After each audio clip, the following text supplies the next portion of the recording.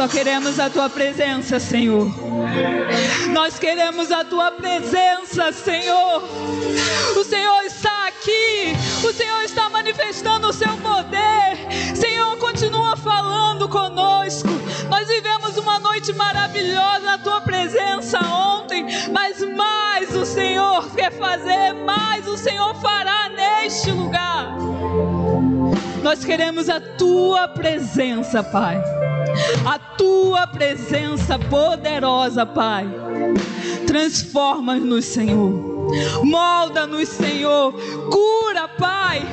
Nós queremos viver o tempo de Deus em nossas vidas, ó Deus. Continua, Senhor, fazendo, Senhor, a Tua vontade neste lugar, tratando de nossos corações, em nome de Jesus.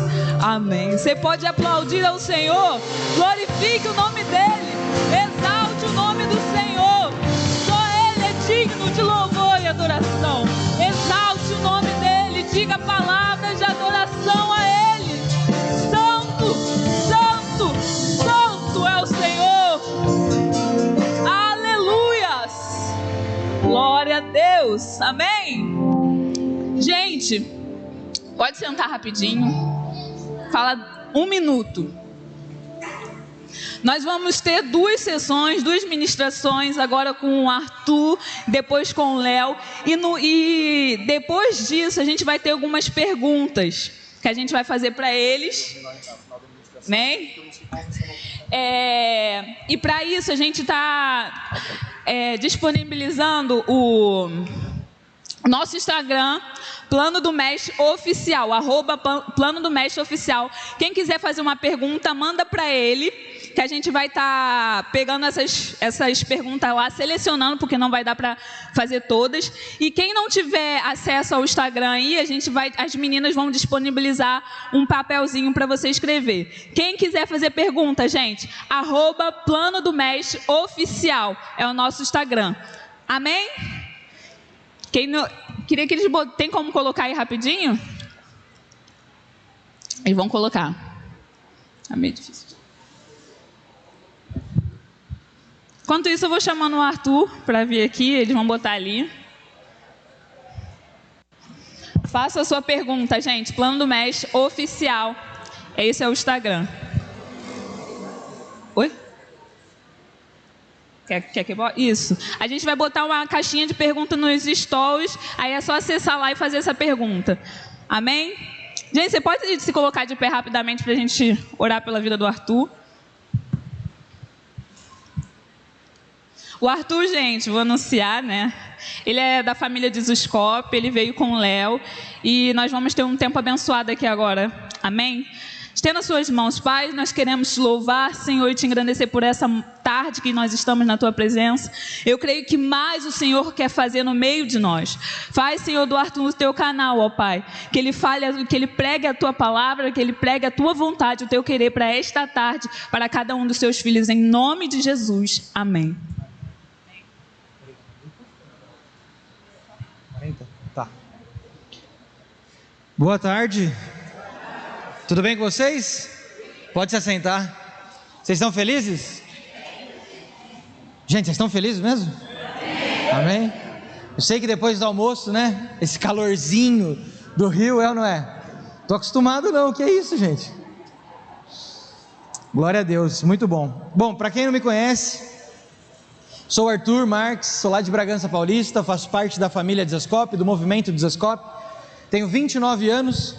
E nessa caminhada com Jesus, Deus me deu a honra de conhecer a Gabriela, minha esposa. Estamos casados aí, vai fazer 5 anos. E nós temos 2 filhos. O Pedro Luca, que vai completar 3 anos agora.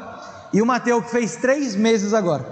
Então eu estou com um recém-nascido lá em casa, a coisa mais fofa do universo. Eu fico numa luta assim para saber qual que é o mais fofo, sabe? Você que é pai, você sabe do que eu estou falando. Mas não dá para escolher entre eles. Os 2 é fofo. A gente ama muito quando a gente é pai. E nós estamos muito felizes de estar aqui com vocês. Voltar, né? A mesquita, a gente já teve aqui numa outra oportunidade. E agora a gente está aqui com vocês, é muito bom. Trago o abraço de todo mundo lá de Bragança, do Douglas, da Val, e a gente está muito feliz de estar aqui com vocês. Bom, como meu tempo é curto, eu não quero perder muito tempo, eu quero que você abra sua Bíblia comigo em Lucas 14, verso 25, e nós não vamos ler esse texto, que vai ser a base para nós hoje agora. Antes eu quero conversar com vocês sobre algumas coisas. Nós estamos falando, e aprendendo muito sobre discipulado, e nós precisamos entender que quando nós estamos, é o siga-me, e quando Jesus fala siga-me, é para que a gente seja então seus discípulos. O que nós precisamos entender quando nós pensamos em discipulado, é que discipulado, na sua essência da palavra, tem dois significados. Então o primeiro significado, eu não quero demorar nisso, o primeiro significado é ser um discípulo de Cristo. Então tem a ver com a nossa vida com Jesus, então é o nosso relacionamento vertical com Jesus. Mas discipulado no português, que tem apenas essa palavra para essas duas coisas, também traz consigo o significado do discipulado entre os irmãos, entre os santos. Então nós também usamos a palavra discipulado para o discipulado da igreja. Então, como eu tenho dois períodos hoje, eu quero usar esse primeiro período para a gente falar do nosso discipulado com Jesus Cristo.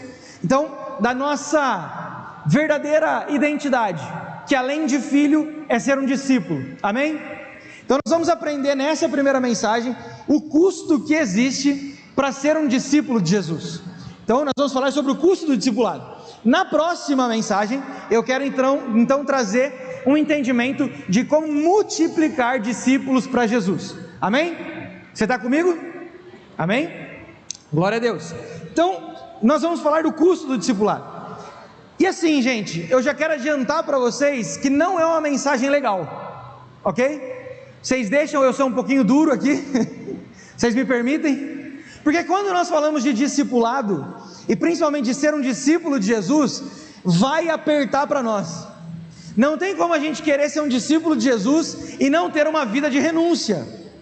É necessário ter uma vida de renúncia para que a gente se encontre então nessa posição de discípulo de Jesus. E aí começa a apertar porque nós não estamos mais acostumados a ouvir que tem um custo. Dentro da igreja, e eu quero falar aqui da igreja brasileira como um todo, ok? Não estou falando daqui, não estou falando da família de Zascope, estou falando da igreja brasileira. Está com um certo costume de ser uma pregação apenas convidativa. Então, como que está funcionando o evangelho no Brasil? Nós anunciamos o evangelho de Cristo, mas anunciamos o evangelho apenas da graça, e não falamos da santificação e da glorificação. Nós não falamos um evangelho completo. Então nós anunciamos esse evangelho maravilhoso pela graça de Jesus e paramos na graça. E o que isso acontece? O que isso faz em nós que estamos dentro da igreja? Faz com que a gente ache que não tenha custo uma vida com Jesus. Faz com que a gente ache que a nossa vida com Jesus agora é só vitória. Então eu venho para a igreja para quê? Para ser abençoado, meu amigo. É ou não é? Aleluia. E sim, mas não é só isso. Como o Léo ensinou ontem aqui, depende do seu ponto de vista, como você enxerga ser abençoado. Então nós precisamos entender uma coisa: ser um discípulo de Jesus vai mudar a nossa mensagem, vai mudar o nosso estilo de vida, e isso significa que nós não vamos mais poder parar na graça e caminhar então para a santificação, amém? Porque esse evangelho da graça, ele é extremamente convidativo, mas ele não faz confronto para nós, mas ele não traz muita transformação para nós. Arthur, você está falando que a graça é ruim? Pelo amor de Deus, entenda o que eu estou querendo dizer aqui. A graça é maravilhosa e nós nem estaríamos aqui se não fosse pela graça. O que eu quero dizer para você é que a graça é a porta pela qual agora a nossa vida realmente começa. A nossa vida não tem o fim na graça, a nossa vida começa na graça, e por começar na graça de Jesus, agora eu e você temos um caminho de discipulado com Ele para nos santificar, e na santificação nós vamos nos parecer com o nosso mestre, ou seja, ser um discípulo dele, amém? Está fazendo sentido até aqui? Vocês estão comigo? Gente, eu gosto de conversar, então eu vou perguntar várias vezes aqui para vocês se está legal, se está feliz, se está não sei o que, vocês respondem tá bom? Eu preciso desse feedback, só que eu preciso que vocês sejam amáveis comigo, porque uma vez eu fiz isso num retiro de carnaval, Aí tinha uma criança na primeira cadeira. E aí, sabe aquela criança abençoada? Eu falei, vocês estão felizes? Aí todo mundo, amém. Eu falei, tá legal a mensagem? Aí a criança gritou assim, já podia acabar. Aquele dia eu fiquei constrangido num nível. Então vocês sejam amorosos comigo. Mas quando nós estamos falando de um custo aqui, dessa vida com Jesus, nós precisamos rever como nós estamos fazendo esse estilo de vida. E aí eu quero falar para você, se você já passou numa situação parecida com essa aqui. Nós, enquanto igreja brasileira, ficamos muito bons em evangelizar, sim ou não? Nós amamos evangelismo. Você ama evangelizar as pessoas? Cara, é muito legal. É muito legal você ir para a rua e falar que Jesus te ama. É muito legal você ir para a rua e fazer um impacto. É muito legal você ir para o carnaval e, sabe, evangelizar pessoas. Isso é maravilhoso. Nós ficamos maravilhosamente bons nisso. Sabe do que nós esquecemos? Da segunda etapa, que é revelar Cristo para essa pessoa através da nossa vida, e não só no que nós falamos. Então, nós estamos aqui, no Brasil, com uma igreja cheia de pessoas que foram evangelizadas, mas muitas vezes não foram convertidas. Sabe por quê? Porque a conversão tem a ver com o que nós vamos fazer depois com a pessoa, e não com a mensagem. Uma conversão verdadeira tem a ver com o estilo de vida que ela vai ter parecido com Jesus, e não porque ela ouviu a mensagem e falou, cara, eu preciso desse Jesus na minha vida. Ei Jesus, me aceita aqui. E aí ela levanta a mão, aceita Jesus, e as pessoas que estão lá evangelizando ela, falam assim, agora vai para a igreja, porque a igreja vai cuidar de você. E aí ela chega de domingo na igreja e tem uma mensagem maravilhosa, só que ela sentou lá no fundo e ela não entendeu nada do que o pastor falou. Aí ela não entendeu nada do que o pastor falou, ela foi embora, a vida dela continua a mesma. Aí ela começa a entrar em desespero. Por quê? Porque ela foi, aceitou Jesus e não sabe o que fazer agora. É a grande pergunta, aceitei Jesus e agora? Aí ela fica desesperada e fala, preciso saber o que eu tenho que fazer na minha vida. Aí ela vem na igreja durante a semana para falar com o pastor. Aí o pastor, muito receptivo, recebe essa pessoa e fala, pois não, minha irmã, o que você precisa? Aí ela fala, pastor, eu aceitei a Jesus, mas eu quero saber o que eu faço da minha vida agora. O que eu tenho que parar de fazer, o que eu tenho que fazer? E aí o pastor fala, fica tranquila, conta um pouco da sua vida para mim. A mulher vai contando ali, ou aquele cara vai contando para o pastor o que ela faz da vida, e o pastor fica escandalizado, porque ele fala, meu Deus do céu, você precisa mudar de vida mesmo, você é uma pecadora, eu não é? Aí ela começa a falar um monte de pecado, e ele fala, então vamos fazer o seguinte, a partir de hoje, você para de fazer isso, beleza? Beleza. Aí ela sai de lá com uma lista do que não fazer. A minha pergunta para você é, ela saiu dali conhecendo mais a Jesus, ou conhecendo mais a religião? Hein? Você entende que não tem como eu querer formar uma pessoa de Cristo, se ela não vê Cristo em mim primeiro? E o que tem acontecido? As pessoas que têm aceitado a Jesus têm vindo para a igreja e perguntado uma lista de regra. E aí ela sai da igreja com uma lista de regra e se torna um religioso. Por quê? Porque a religião está colocando regras na vida dela. Agora, o que essa pessoa deveria encontrar na igreja? Pessoas parecidas com Jesus, de modo que ela visse na vida daquele irmão, que é um pedaço do corpo de Cristo, como Cristo vive. E então ela ia ter o contemplar de Cristo, e contemplando Cristo na nossa vida, que é a igreja, ela ia ser transformada. Por que não acontece essa ação dentro da igreja? Porque as pessoas que estão dentro da igreja não estão revelando ser um discípulo de Jesus. Amém. É ou não é? E nós temos que ver isso de forma urgente, porque nós somos brasileiros, gente. E o brasileiro é muito bom no primeiro contato. Por isso que nós vamos evangelizar. Porque nós não tem dificuldade nenhuma em chegar e falar, ei, como é que você está? E tal, começar a conversa, falar de Jesus para a pessoa. Agora, eu te faço uma pergunta, desse relacionamento fácil que você constrói, e deixa abrir um parênteses aqui, Rio de Janeiro é absurdo, como vocês são receptivos, é impressionante, difícil achar um lugar como o Rio de Janeiro, todo mundo conversa com todo mundo trata bem todo mundo, é assustador. Agora, o que nós fazemos com esse bom relacionamento, com esse bom primeiro contato? Geralmente nada. Se não, conta no dedo quantos amigos realmente você tem. E eu estou falando de amigo, não estou falando de colega.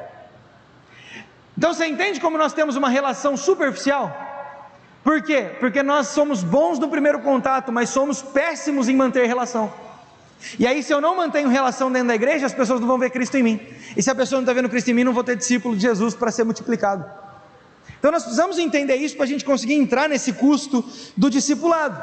E muitas vezes eu quero falar uma coisa importante aqui. Isso acontece porque nós estamos focando na coisa errada.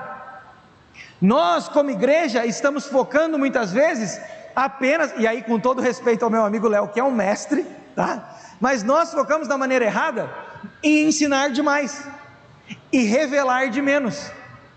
Se não, pega o texto mais famoso de discipulado, que eu vou até usar na próxima mensagem, Mateus 28:18.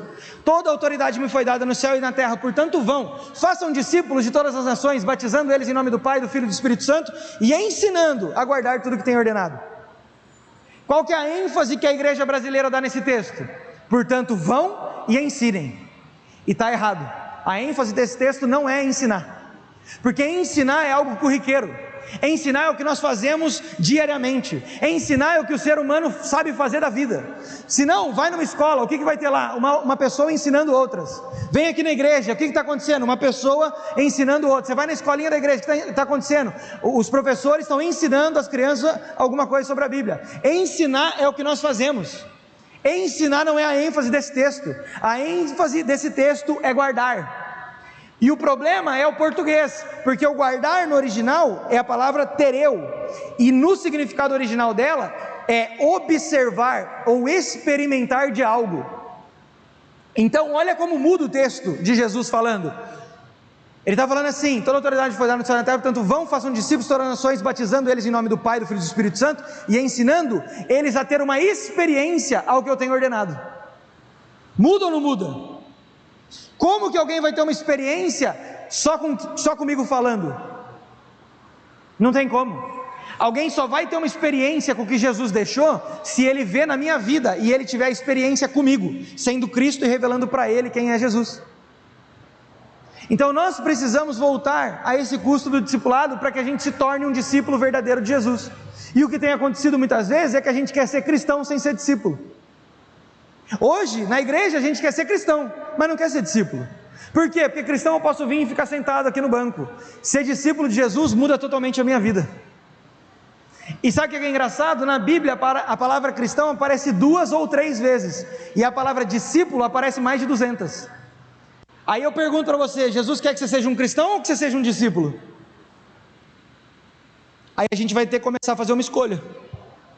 Ou nós muda agora o nosso estilo de vida, ou a gente vai ficar brincando de fazer igreja sem ter discípulo. E sabe o que é a igreja, gente?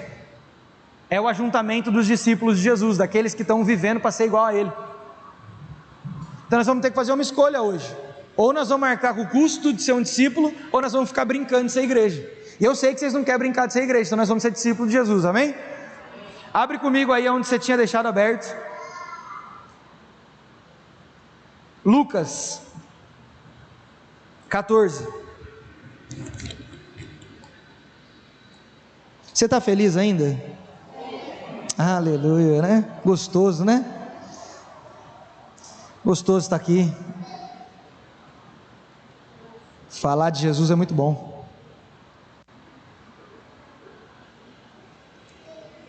Lucas 14, 25. Diz assim, é um pouco extenso, tá? Nós vamos ler até o 35. Uma grande multidão ia acompanhando Jesus, e este, voltando-se para ela, disse: se alguém vem a mim e ama o seu pai, sua mãe, sua mulher, seus filhos, seus irmãos, irmãs, e até mesmo a sua própria vida mais do que a mim, não pode ser meu discípulo. E aquele que não carrega a sua cruz e não me segue, não pode ser meu discípulo.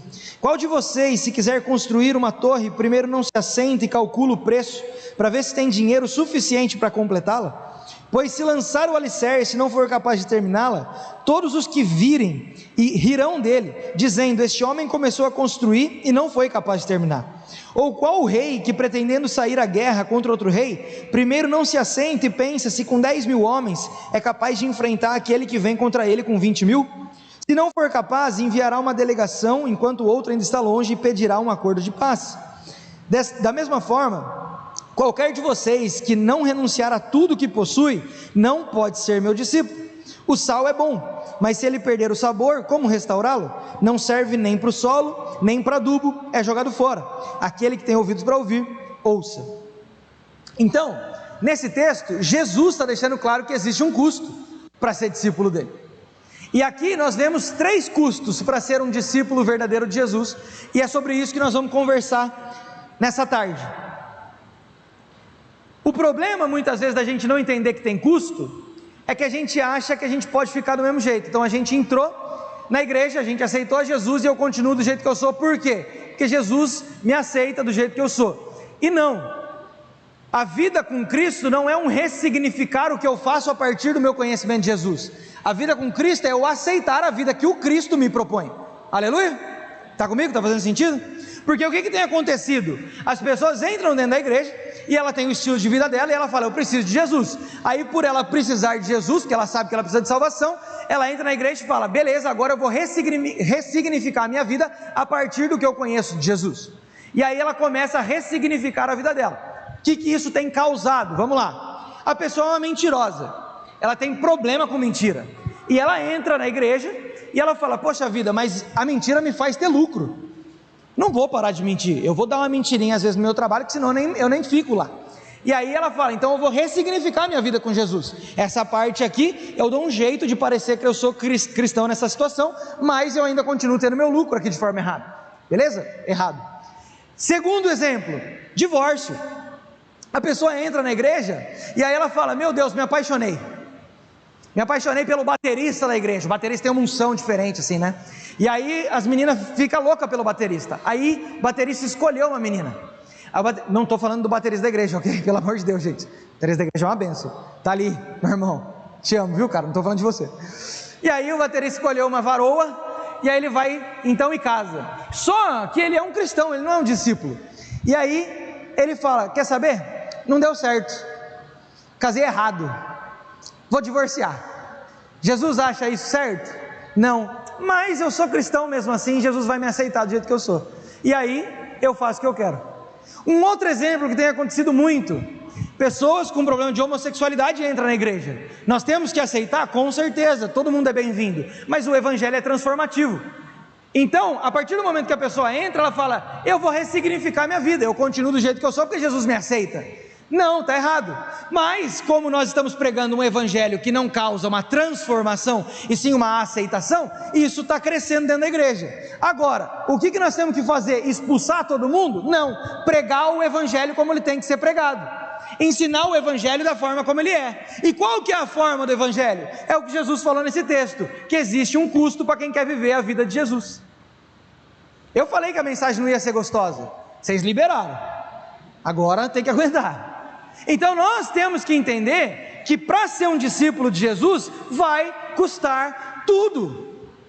Jesus não quer metade e ele deixa você ser mentiroso. Jesus não quer uma parte e ele deixa você ficar divorciando todos os seus casamentos. Jesus não quer uma parte de você e deixa a homossexualidade. Jesus não quer uma parte e o seu pecado continua. Não!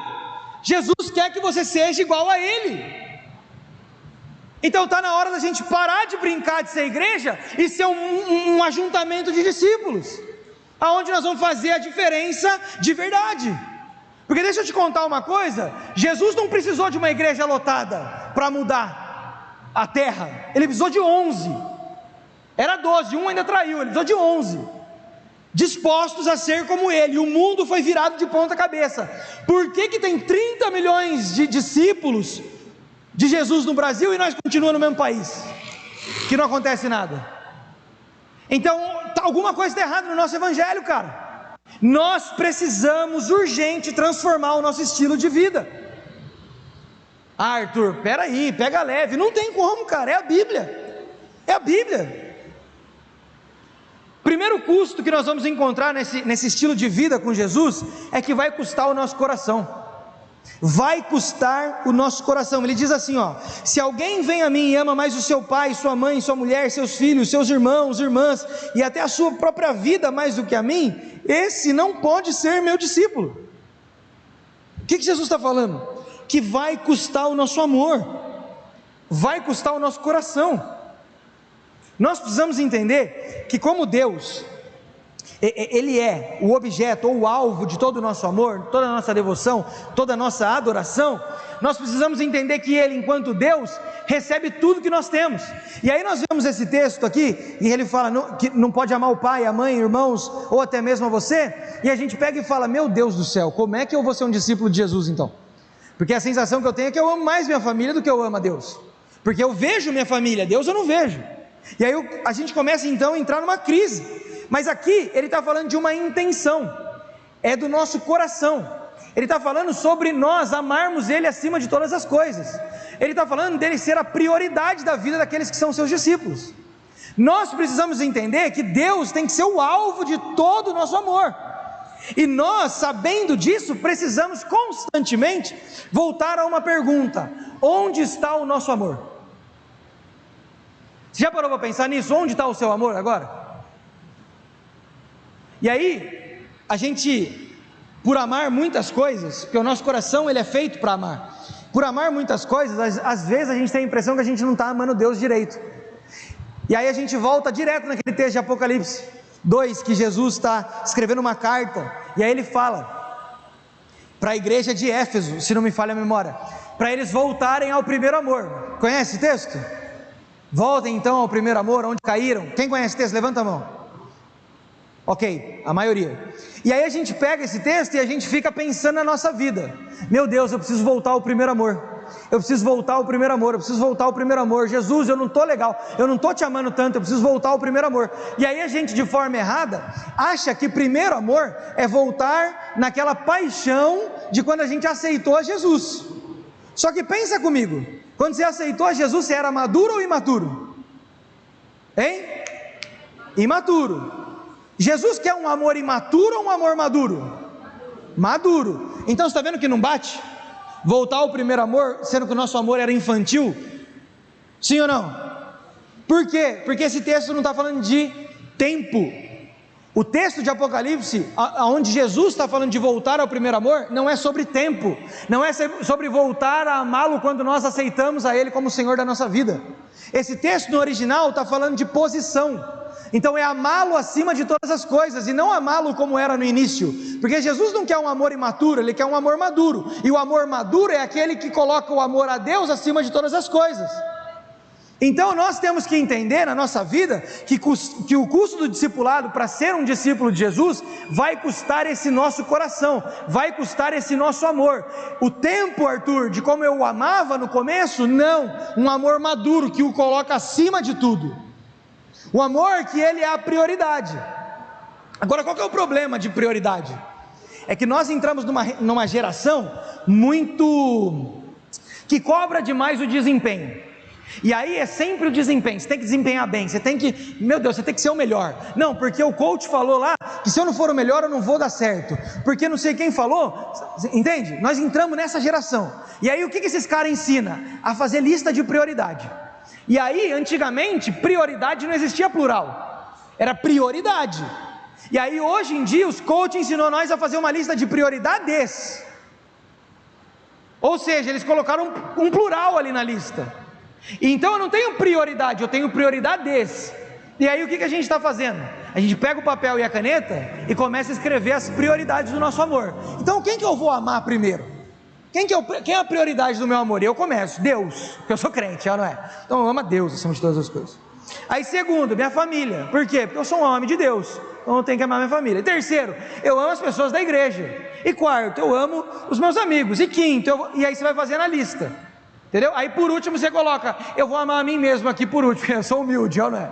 Eu sou humilde, eu me coloquei amar por último.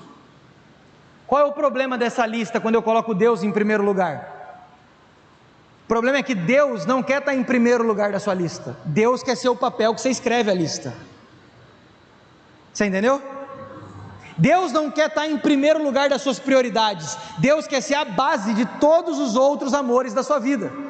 E aí quando a gente pega esse texto aqui, não pode amar mais o pai, a mãe, o filho, a filha, o irmão, você mesmo. Aí você fala, meu Deus, Jesus não quer que eu ame minha família. Não, cara. Não é que Jesus não quer que você não ame a sua família, Jesus está te protegendo, porque você e eu não sabemos como amar de verdade, Então, se nós não amarmos a Ele acima de todas as coisas, todos os outros amores da nossa vida vão se tornar ídolos, e tudo que nós idolatramos, nós perdemos. Então, por não saber amar direito, Jesus fala: me ama em primeiro lugar, porque se você não me amar em primeiro lugar, você vai perder o que você tem, porque você não sabe amar de verdade. Então, um discípulo de Jesus, ele ama a Deus acima de todas as coisas, para que ele possa amar o próximo, para que ele possa amar a sua família, para que ele possa amar a igreja da maneira correta, e não idolatrando essas pessoas. Então, para se tornar um discípulo de Jesus, vai custar o nosso amor. Agora, quando eu falo custar o amor, eu quero que você faça um exercício aqui comigo. Você já parou para pensar no seu amor a Deus? Você constantemente tem tempo de reflexão? Porque nós precisamos refletir no nosso amor a Deus. Deixa eu ler o que Agostinho disse uma vez: a minha consciência, Senhor, não duvida, antes tenha certeza de que te amo. Feriste o meu coração com a tua palavra e eu te amei. O céu, a terra e tudo que nela existe dizem-me por aí, por toda parte, para que eu te ame. Mas o que eu amo quando eu te amo? Mas o que eu amo quando eu te amo? A minha pergunta para você é: o que você ama quando você ama a Deus? Feche seus olhos. Feche seus olhos, todo mundo. Pensa um pouquinho, reflete. Pense em Deus e no quanto você o ama. O que você está vendo? O que você ama quando você ama a Deus? Faz esse exercício. Agora para de pensar no amor a Deus e continua de olho fechado. Eu quero fazer uma pergunta para você, e com certeza vai vir uma imagem na sua cabeça. Está tudo certo, tá? Não se culpe. O que você mais ama nessa vida? Pensa aí. O que você mais ama nessa vida? Pode abrir seus olhos. Provavelmente, quando eu fiz a pergunta do que você mais ama nessa vida, pode ter vindo na sua cabeça a sua esposa, pode ter vindo na sua cabeça seus filhos, pode ter vindo na sua cabeça um amigo, uma amiga, pode ter vindo qualquer pessoa na sua cabeça. Não se culpe, está tudo certo. Por quê, gente? Porque nós não enxergamos a Deus, nós enxergamos as pessoas. Esse exercício não é para falar: você não ama a Deus acima de todas as... Não estou te julgando. Eu quero tranquilizar o seu coração e colocar uma regra aqui, que essa pessoa que veio na sua cabeça, na sua mente, é a pessoa que você mais ama, e está tudo certo. Mas então, pegue esse amor que você tem para essa pessoa e entenda que o amor a Deus tem que estar acima disso. E entenda que o amor que você sente a essa pessoa não deve se comparar ao amor que você sente por Deus. Por quê? Porque nós o amamos porque nós somos amados primeiro. Nós o amamos porque Ele primeiro nos encontrou e nos salvou e nos deu vida de verdade, e nos fez um convite: me segue. E por fazer esse convite, agora o nosso amor pode ser restaurado, nós podemos amá-lo acima de todas as coisas, e todas as outras coisas que a gente amar, vai ser amada da maneira correta. Então, para ser um discípulo de Jesus, vai custar o nosso coração. Segundo, para ser um discípulo de Jesus, vai custar a nossa tranquilidade. Lê comigo aí o verso 27.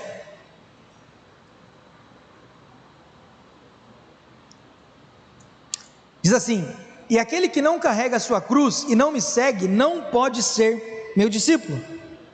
Então aqui, é Jesus deixando claro uma coisa: você quer ser meu discípulo?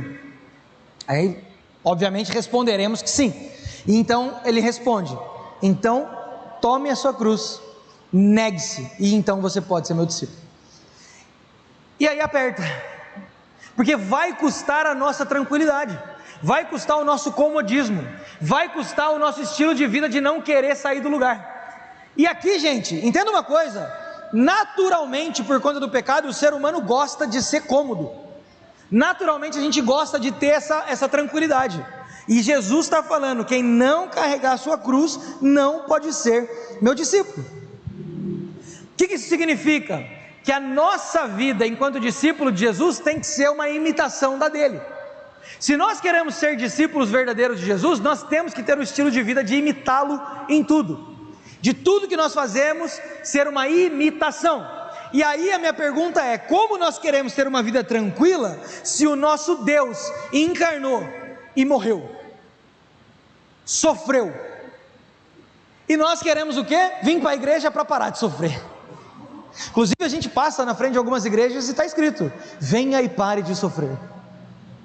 A minha pergunta é: quem está pregando naquela igreja? Porque não pode ser o nosso Jesus, porque o nosso Jesus sofreu e falou: carrega a sua cruz. Então uma mensagem dessa, com todo o meu amor e respeito, é uma mensagem do anticristo. E não no sentido de ser a pessoa que vai se levantar para ser o anticristo, mas uma mentalidade de anticristo, uma mentalidade que quer fazer com que a igreja não sofra, sendo que a igreja vai sofrer. Ah, Arthur, mas aí você quebrou meu hype de vir para a igreja, que eu achei que eu ia vir aqui e ser abençoado. Aí eu volto na mensagem do Leonardo: o que é ser abençoado para você?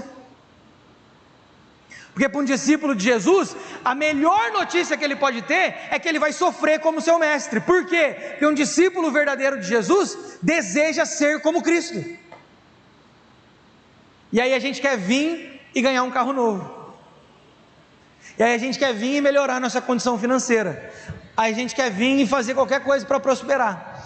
Está errado isso, Arthur? Você está falando que eu tenho que fazer um voto de pobreza, Arthur? Você está falando que Jesus não gosta de rico, Arthur? Não, cara, não é isso. Eu estou falando que as nossas expectativas estão no lugar errado. Eu estou falando para você que o nosso coração está no lugar errado.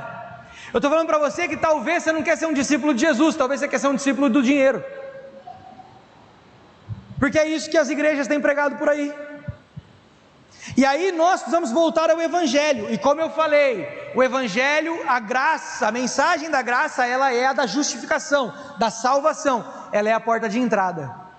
Mas a santificação é o que nós vamos fazer a vida toda. Então nós precisamos nos santificar. O que é santificação, gente? É se parecer com Ele.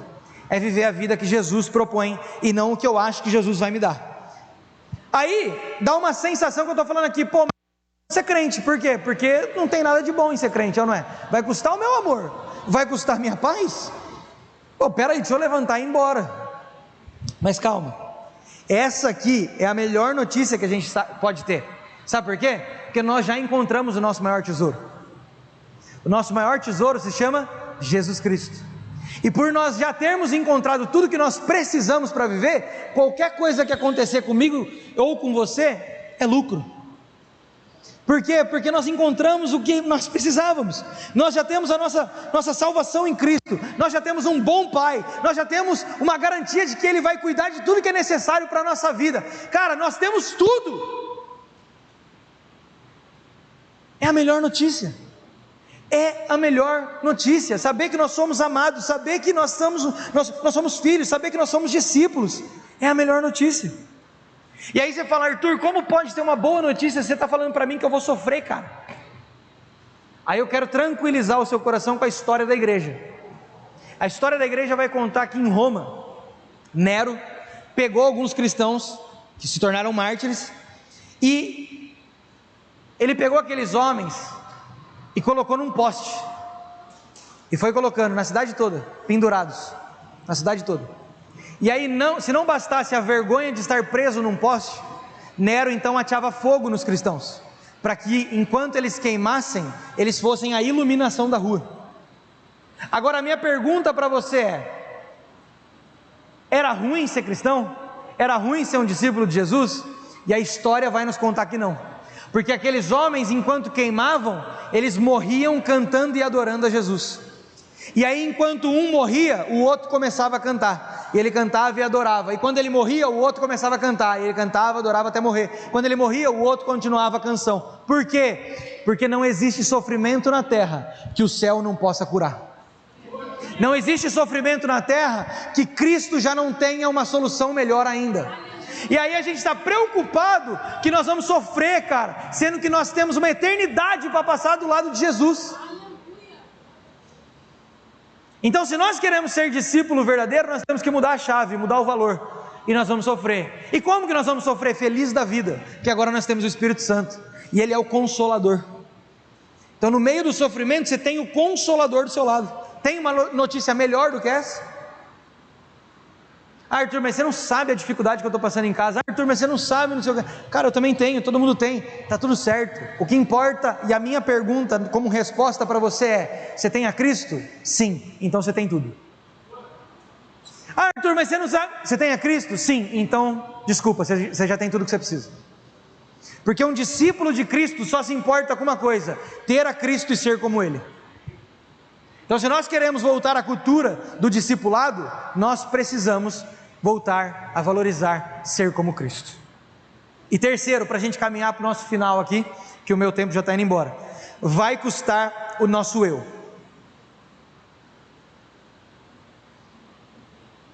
Verso 33 diz assim: da mesma forma, qualquer um de vocês que não renunciar a tudo o que possui, não pode ser meu discípulo. Renunciar a tudo que possui, não pode ser meu discípulo.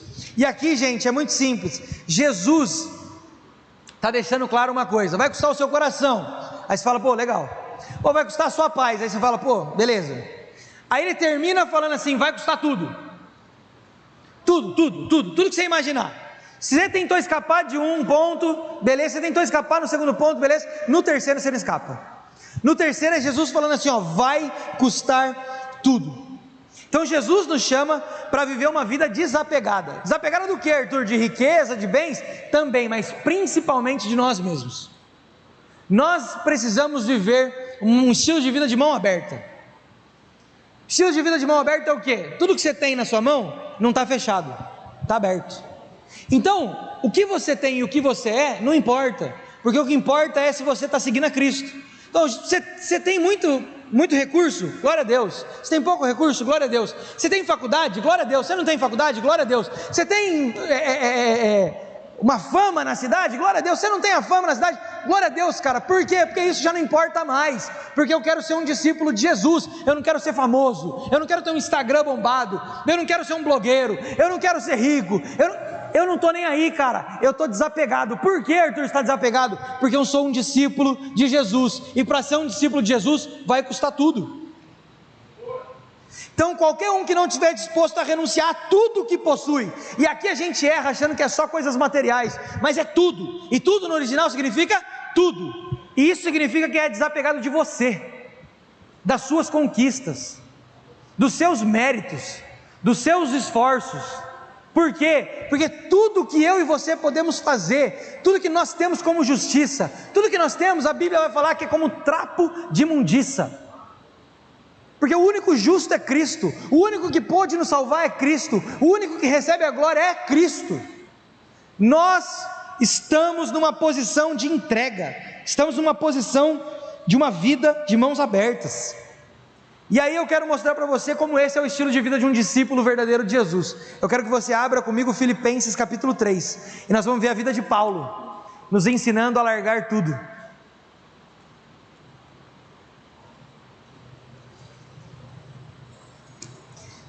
Você está feliz ainda?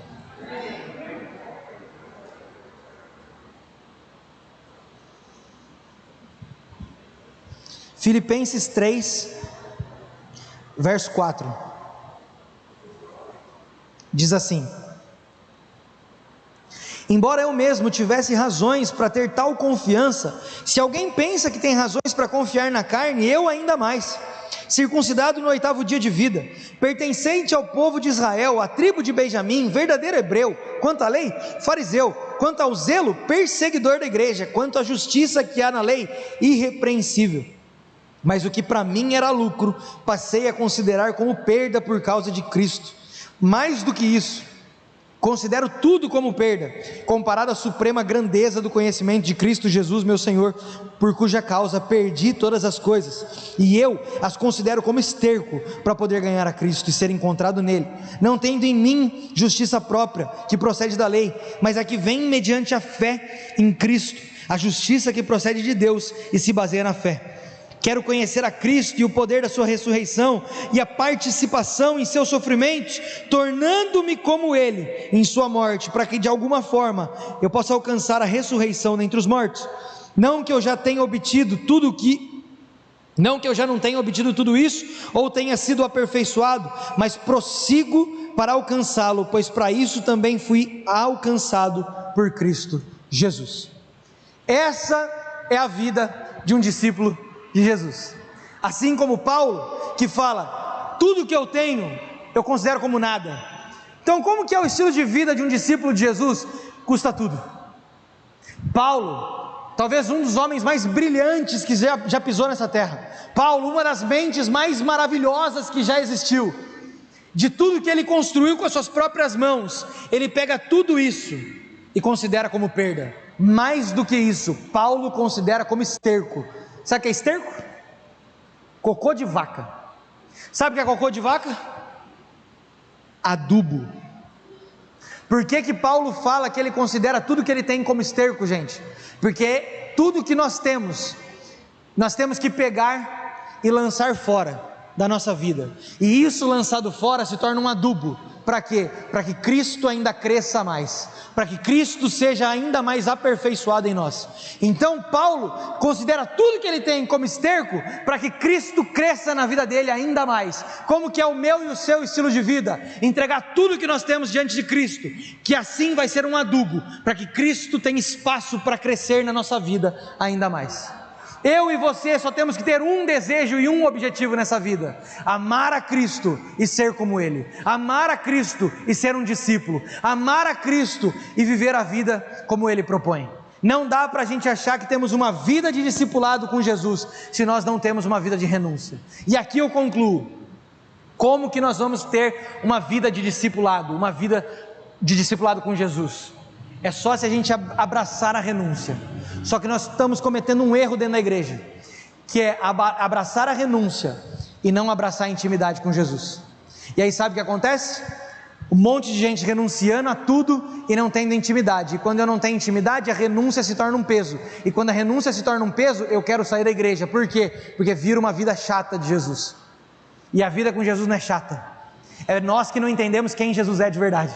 Porque quando nós entendemos quem é Jesus de verdade e nos relacionarmos com Ele, tudo aquilo que nós precisarmos renunciar, nós vamos fazer na hora, tomar decisão na hora. Por quê? Porque não tem nada melhor do que Cristo. É a vida que eu estava levando lá fora, de beber, de sair, de fazer, não tem problema, é Cristo, eu abro mão. É a riqueza, eu abro mão. É os meus méritos, eu abro mão. É a minha paz, eu abro mão. Por quê? Porque eu encontrei a Cristo e eu me relaciono com Cristo. O problema é que sem relacionamento nós estamos renunciando, e renúncia sem relacionamento é igual religiosidade. E sabe qual é o fim da religiosidade? Morte. Porque a religião mata. É isso que ela sabe fazer de melhor. Então, se nós queremos ter uma vida com Jesus, é uma vida de intimidade, e tendo intimidade eu renuncio, e ao invés de ser uma vida religiosa, se torna uma resposta ao amor que eu recebi primeiro. Então eu fui tão amado na minha intimidade, que tudo aquilo que Ele me pede que eu entrego como resposta ao amor que Ele já me deu. E aí muda totalmente a nossa vida.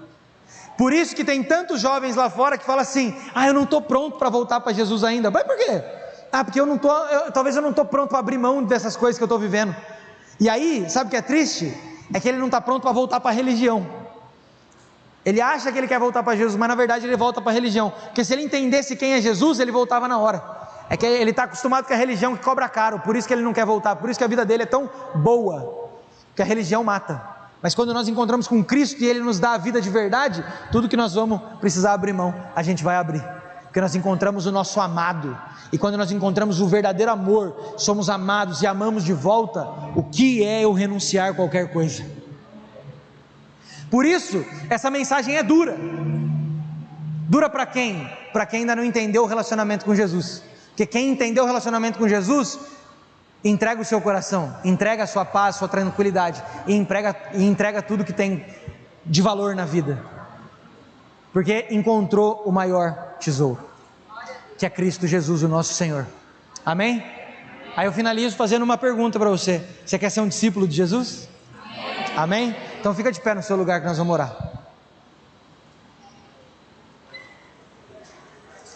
Amém. É ou não é? O Evangelho bate também. O Evangelho salva, mas ele também confronta.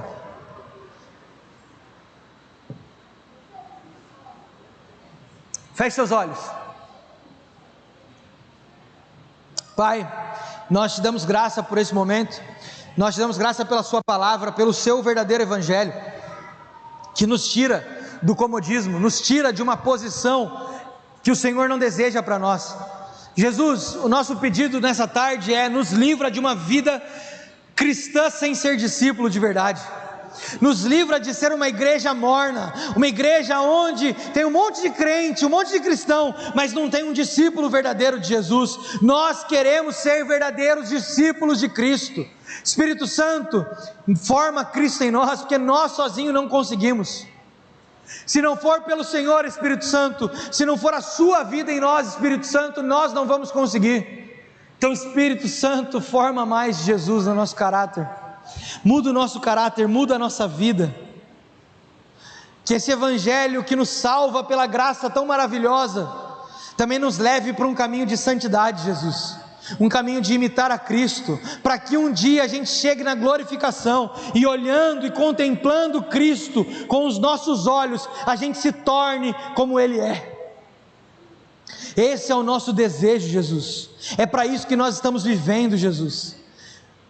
Nós vamos entregar o nosso coração, Pai, nós vamos entregar a nossa tranquilidade, a nossa paz, e nós vamos entregar tudo que nós temos como méritos, como conquistas humanas, diante do Senhor, para que isso seja comparado a nada, e assim o Senhor possa ser formado ainda mais em nós.